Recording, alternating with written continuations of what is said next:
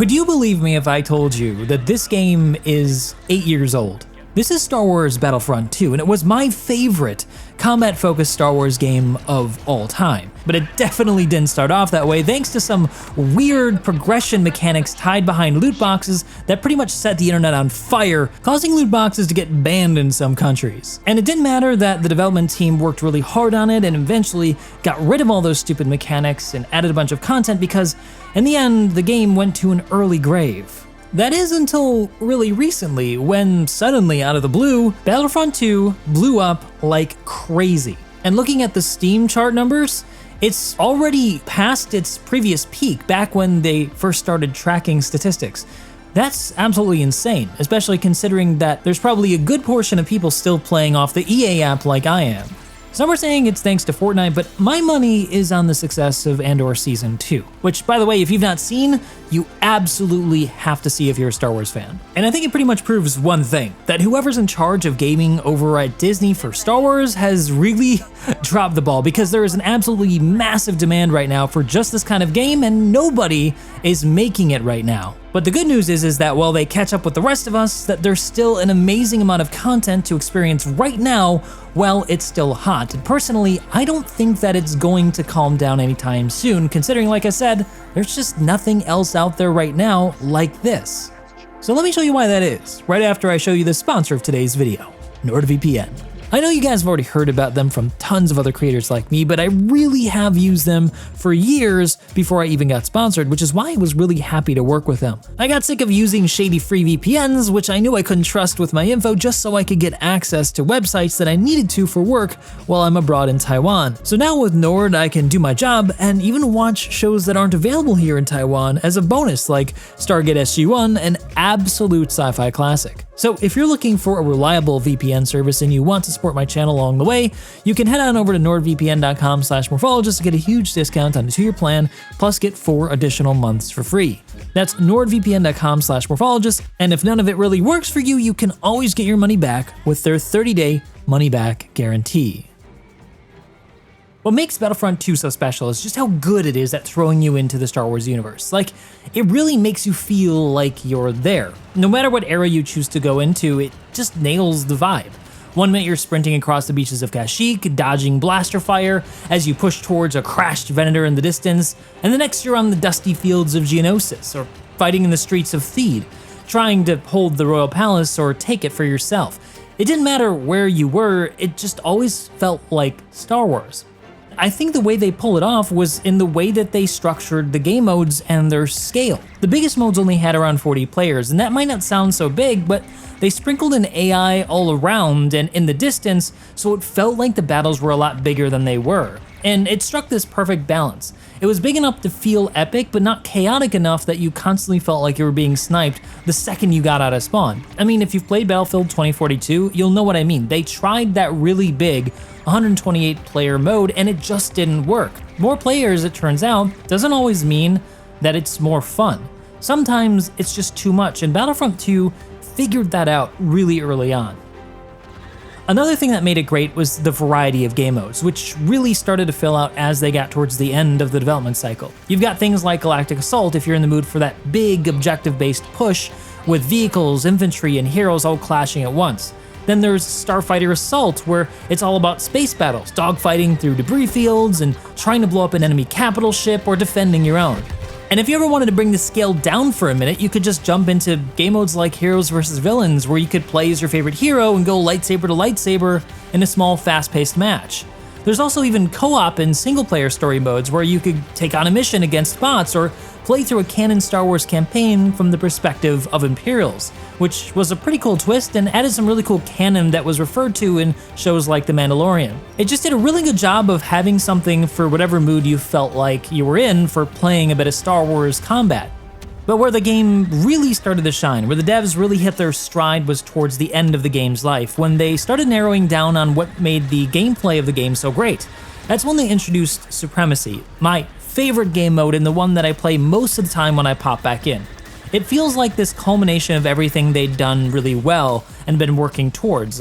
perfect mix and variety of progression and that massive Star Wars scale that made the game really stand out even outside of the Star Wars IP. What made Supremacy so good was that you got to pick what era you preferred to play in, unlike Galactic Assault, which just rotated through them kind of randomly. I always go for the Clone Wars, with the original trilogy coming somewhat close behind, and sometimes I'll play the new trilogy era, but I'm not a big fan. They still have some cool maps. The mode drops you into a 20v20 battle in some of the most iconic locations of Star Wars, like the beaches of Kashyyyk or Theed on Naboo, Geonosis, Kamino, Felucia, and even the Death Star 2, and a whole lot more.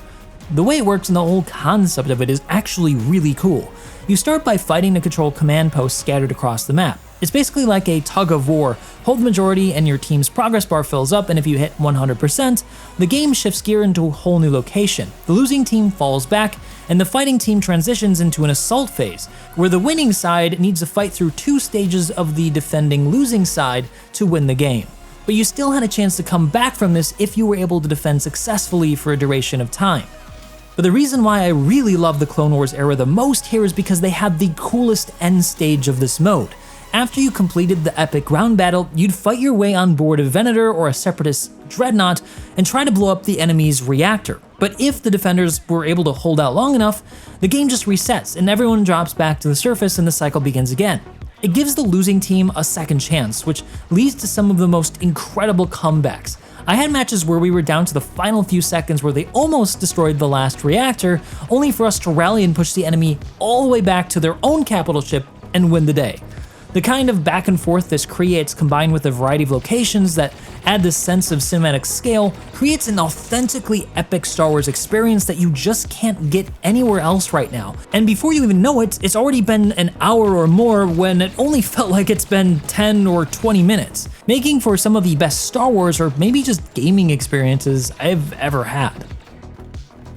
Combat in Battlefront 2 is also really fun, and surprisingly rewarding once you get the hang of it. You start each match by picking one of 4 classes. Assault, your go-to for an all-around fighter, great for aggressive pushes. Heavy, which brings big guns but is a bit slower and perfect for holding choke points.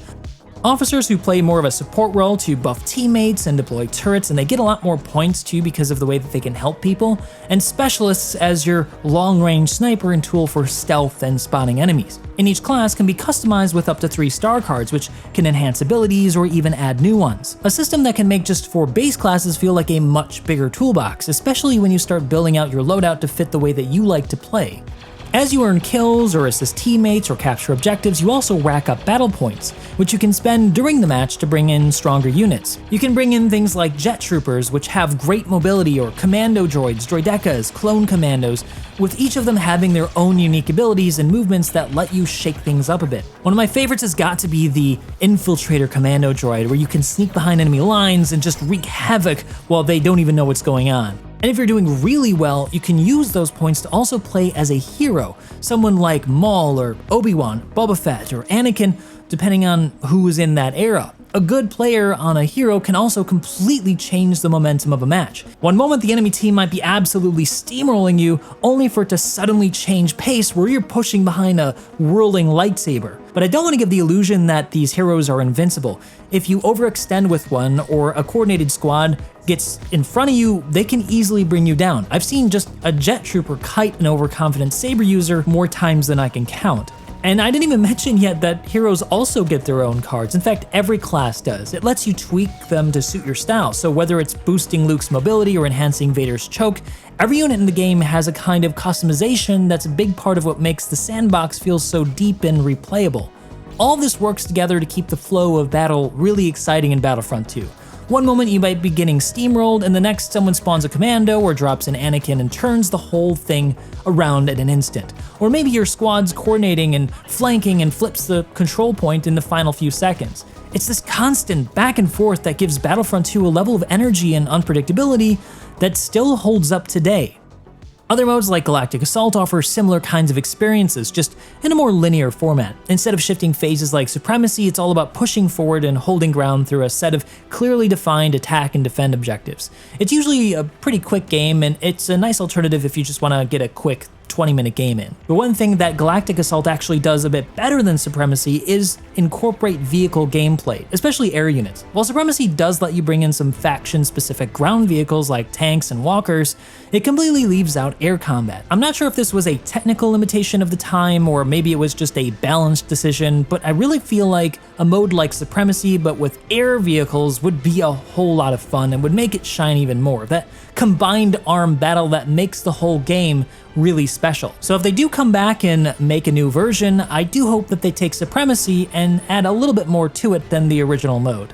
Like I said though at the start, there's nothing else out there right now that scratches the Battlefront 2 shaped itch. If you're a Star Wars fan and you're craving that modern, large-scale Battlefield experience, but in Star Wars, there's just no other option out there right now. Even if we never get a sequel, the fact that Battlefront 2 has come back to life says a lot, and you'd be doing yourself a disservice if you skipped it. Right now it's available on Steam, I think for around $40, but I'm pretty sure you can get it cheaper in other locations if you look around. I've personally already sunk over 230 hours into this game, and in just this past week, I think I've added quite a bit more to that, with no plans of slowing it down. So if you want to jump back into Star Wars with me right now, you can check out my community down below where we've got a bunch of Star Wars fans playing right now. And if you'd love to maybe join us, we can squad up together. So until next time, may the Force be with you, and I hope to see you in the next one.